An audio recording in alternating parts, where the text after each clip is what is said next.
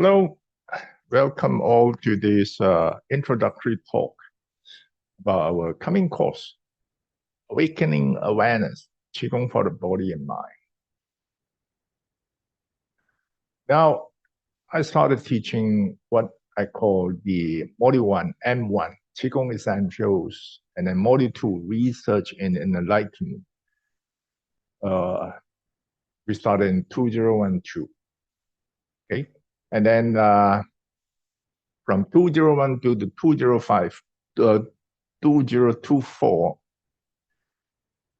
every year we have Module 1 and Module 2.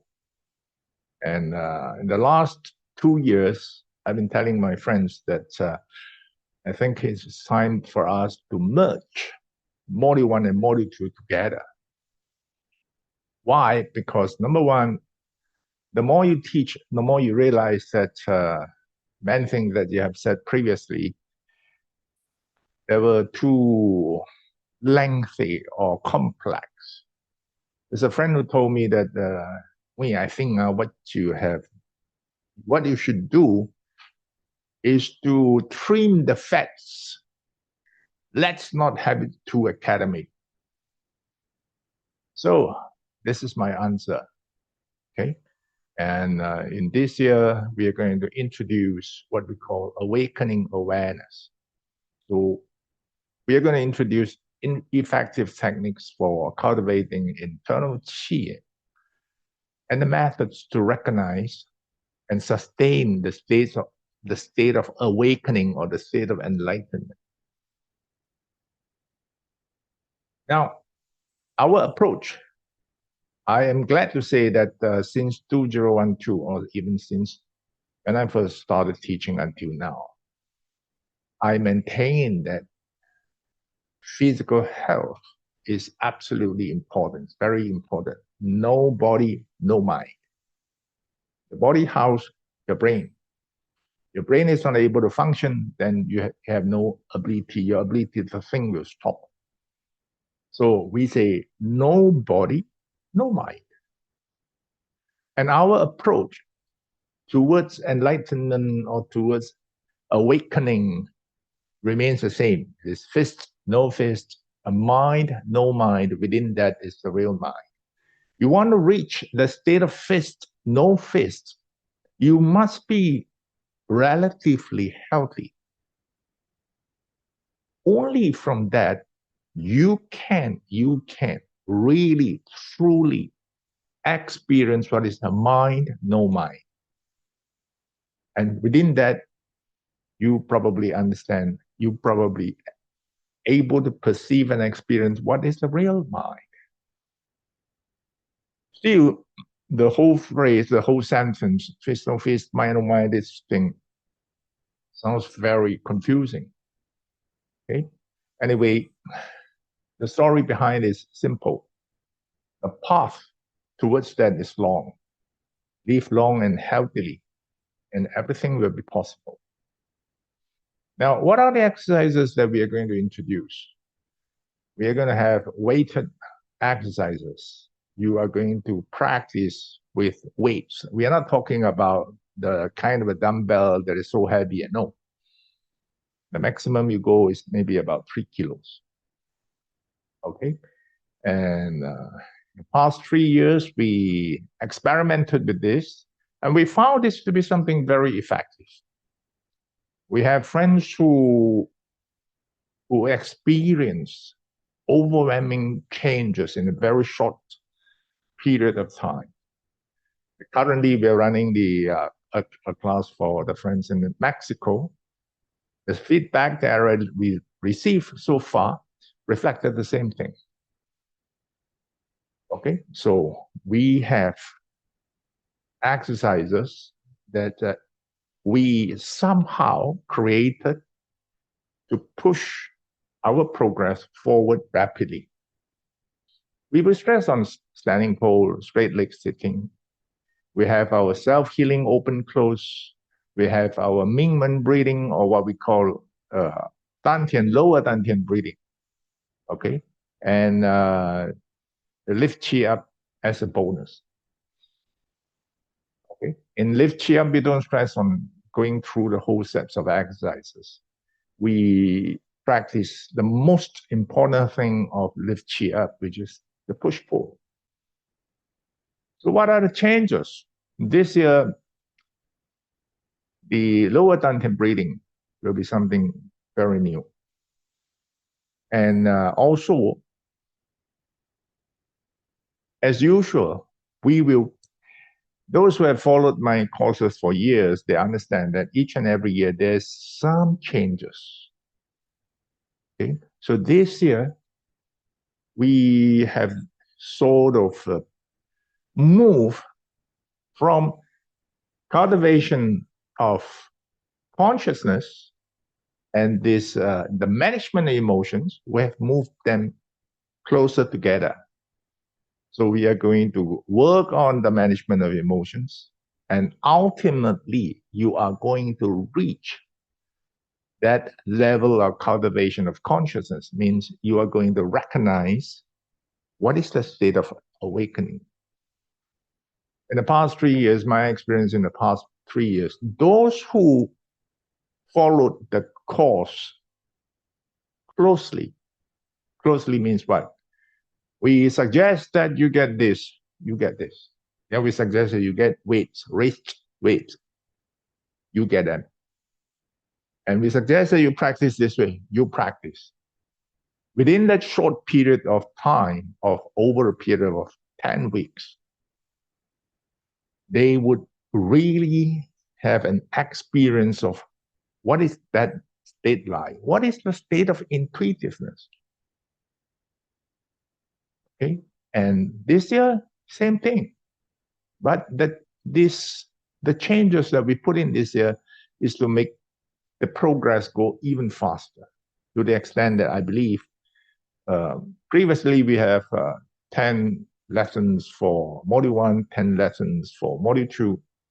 I don't think that is necessary anymore. And then we can merge them to become one with 15 lessons. Will there be more changes? Well, I think so. Because things will always get better and better.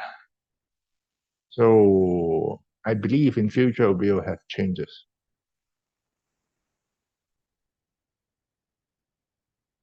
What is enlightenment? This is a big question. In Buddhism, they have their own definition. In Confucianism, they have their own definition. Taoism also. But if you were to look at their definitions, you will understand that they are talking about the same thing. If you have an experience of what is fist, no fist, a mind, no mind, you have an experience of what is so-called intuitiveness, the state of intuitiveness, you would understand all three of them are talking about the same thing. Buddhist practice is that when the heart is not grasping onto anything. Confucianism is that when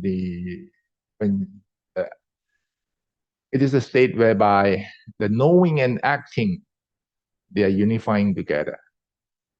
Taoism is when the mind is acting naturally. All three of them, they are actually talking about the same thing. Now, we have a simple definition. When the one that is able to focus, what is the one that is able to focus? That is only the consciousness.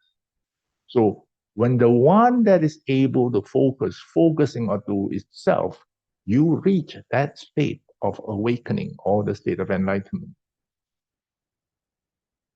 Okay, so when the consciousness is able to focus onto itself, then you get into that state of enlightenment. And that is the state when you are responding intuitively. Now, how sure are you that your response is intuitive? You join the class and you understand. The state of consciousness when you are responding without a preconceived idea. So again, how do I know that this is truly a response without a preconceived idea. See? So we will provide you with all the answers through the practice. And I'm quite sure that your experience will tell you that what is right and what is wrong. How to recognize the state? Now, traditionally, there are two approaches. Work on recognizing the function. So function means what? The enlightened people, they will function this way.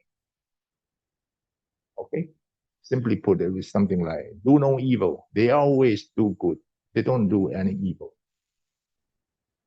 So this is from the angle of the function. Or we say you work on recognizing the form. So in Zen Buddhism, the Zen practice, I call it doubting. You know, that the master will throw you one question. Where were you before the birth of the father? You go and think. You go and dig deeper and deeper and deeper. And you stay at that, your consciousness stay at that state of doubting. Stay at that state of one big question mark. Now, this one is for you to recognize the form. The form of what? The form or the state of consciousness. When you are in an enlightened state. So one is on function, the other one is regarding the what we call the form. And we look at it from another aspect. We say that one is through the practice to recognize the form. When you reach that state of fist, no fist, mind, no mind, and then you know what to perceive at that state, then you will recognize the state of enlightenment. Okay?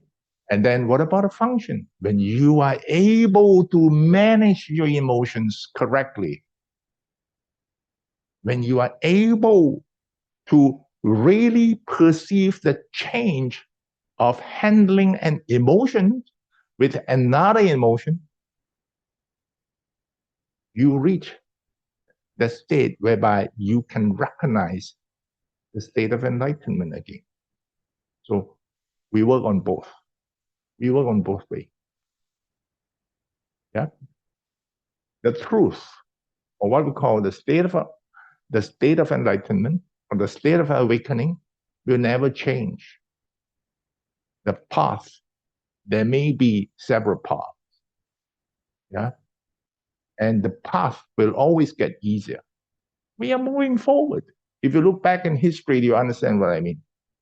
There's no such thing as the best in the world. No such thing. Things will always get better. Likewise for practice. How important is the management of emotions? This is one thing that is very lacking in Qigong practice. Many times you see clients and all that, the only thing they are focusing on do is about the practice, what they do, you know, what Qigong practices. Many times, too many people overlook the importance of the management of emotions. And modern medical reports have reported things like 80% of chronic diseases are linked to the mismanagement of emotions. And what is the most fundamental issue in the mismanagement of emotions? I will say this: you do not know how to fix a problem without knowing its existence. Okay? You don't realize that you have a problem. If you do not realize that you have a problem, how are you going to fix the problem? So our approach of the management of emotions is not quite the same as many other forms, not even the same as in Zheneng Qigong. We work from the angle of traditional Chinese medicine. Okay? And what is behind the management of emotions? It's all about inward seeking. It's all about knowing what's wrong with ourselves. It's all about understanding what is stopping us. We are the one that is stopping us. Okay. So basically, these are the things that we are going to discuss during the class. Now, we have a note to those who wrote to me and say that they're going to join. Yeah? Try to sign up early because we have preparatory videos for you to go through before we start. And we're talking about 23 short videos telling you what to do, 3 minutes videos. And then we have 4 long preparatory videos, more than 1 hour each. So these are what I call preparatory videos. You have to go through them before you join the class. Now, if you're interested, write to me. Okay? All on Saturday and Sundays. Previously, everything on Saturdays, 1 lesson every week. And now that I found that it can be more efficient. So we have lessons on Saturday and Sunday. Okay, 15 lessons altogether. The time is duration per lesson is 90 minutes. All right, if you're interested, write to me. If you have any question, you can ask now.